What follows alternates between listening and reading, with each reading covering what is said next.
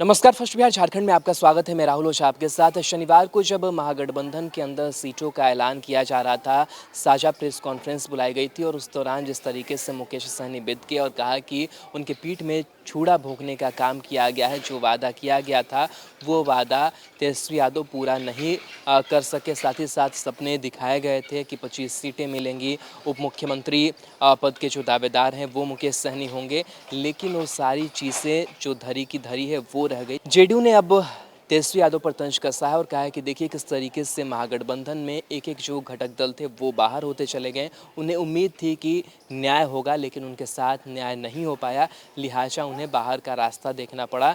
तो कहीं ना कहीं जो एक छल प्रपंच है वो तेजस्वी यादव ने बाकी गठबंधन दलों के साथ करने का काम किया। साथ ही कहा कि मजबूरी में जो है वो कांग्रेस ने उनके नेतृत्व को स्वीकार किया है, लेकिन बिहार की जो जनता है वो उनके नेतृत्व को कभी भी स्वीकार नहीं करेगी। साथ ही साथ जेडीयू ने अपने सीट शेयरिंग को लेकर के, एनडीए के अंदर सीट शेयरिंग को लेकर के भी कहा है कि बहुत जल्द जो है वो हम साझा रूप से जो सीटों का ऐलान है वो हम कर देंगे। जेडीयू के प्रवक्ता हैं राजीव रंजन, इन तमाम मुद्दों पर उन्होंने अपनी बात रखी है। क्या कुछ कहा है राजीव रंजन ने, इस बयान में सुनिए।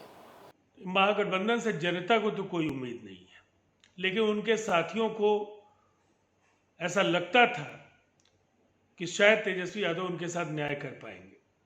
लेकिन धीरे धीरे ये जो भ्रम था वो मिटता गया और उनके साथी उनका साथ छोड़ते चले गए। अंत में तथाकथित उप मुख्यमंत्री पद के दावेदार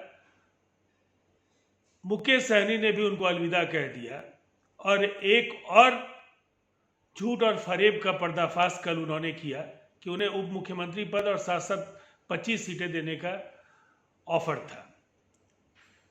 अब कल कांग्रेस ने मजबूरी में उनको नेता मान लिया है, लेकिन जिसकी सरकार बनने की ही संभावना नहीं है, जिस पर पार्टी के नेताओं का भरोसा नहीं है, गठबंधन के साथियों का भरोसा नहीं है, जनता जिसको कहीं ना कहीं स्वीकार करने के लिए तैयार नहीं है, फिर उस गठबंधन के जरिए मुख्यमंत्री पद तक पहुंच पाना ये दीवा स्वप्न और मुंगेरी लाल के हसीन सपने जैसा ही है। राष्ट्रीय जनतांत्रिक गठबंधन के साथ जनता दल यूनाइटेड का साथ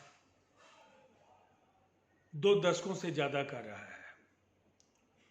यह एक स्वाभाविक और नैसर्गिक गठबंधन है और बिहार के लोकप्रिय मुख्यमंत्री नीतीश कुमार जी के नेतृत्व में इस गठबंधन ने शानदार कामयाबी के परचम लहराए हैं और इस बार भी